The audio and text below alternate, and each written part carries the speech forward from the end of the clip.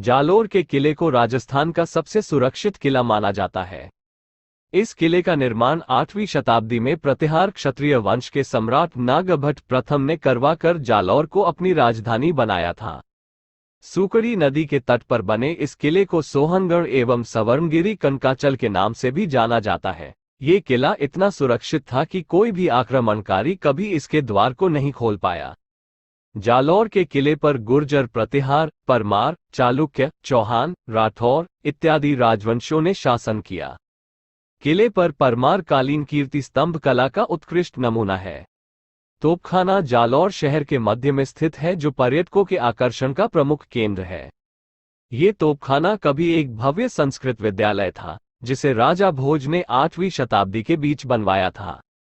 राजा भोज बहुत बड़े संस्कृत के एक विद्वान थे और उन्होंने शिक्षा प्रदान करने के लिए अजमेर और धार में कई स्कूल बनाए हैं। संस्कृत पाठशाला को कालांतर में दुर्ग के मुस्लिम अधिपतियों द्वारा मस्जिद में परिवर्तित कर दिया गया था। इस किले में स्वतंत्रता आंदोलन के समय अंग्रेजों ने स्वतंत्रता सेनानी गणेश लाल व्यास, मथुरादास माथुर, फतेहराज जोशी और तुलसीदास राठी जैसे नेताओं को नजरबंद कर दिया था।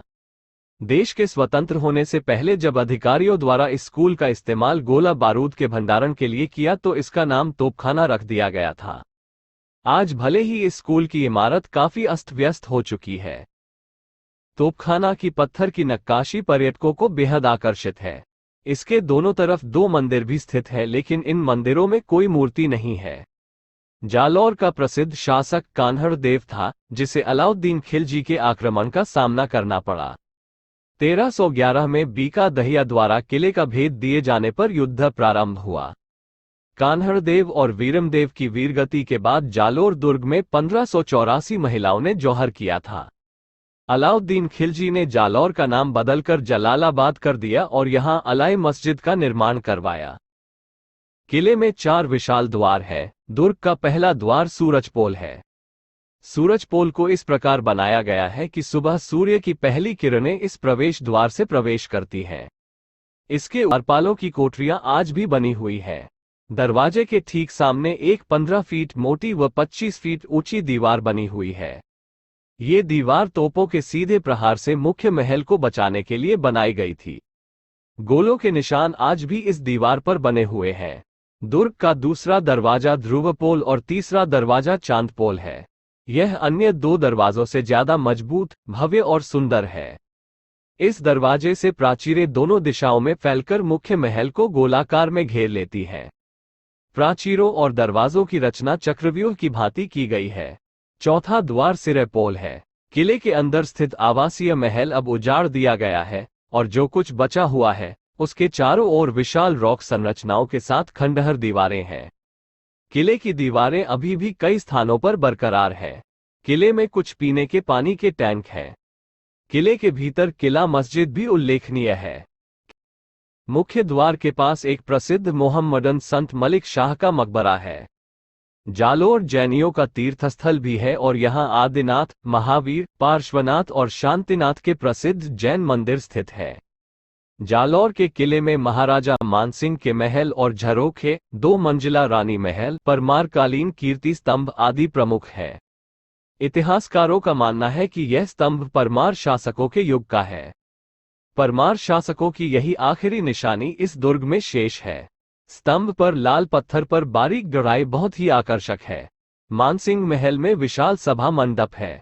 इसी के पास एक हॉल बना हुआ है।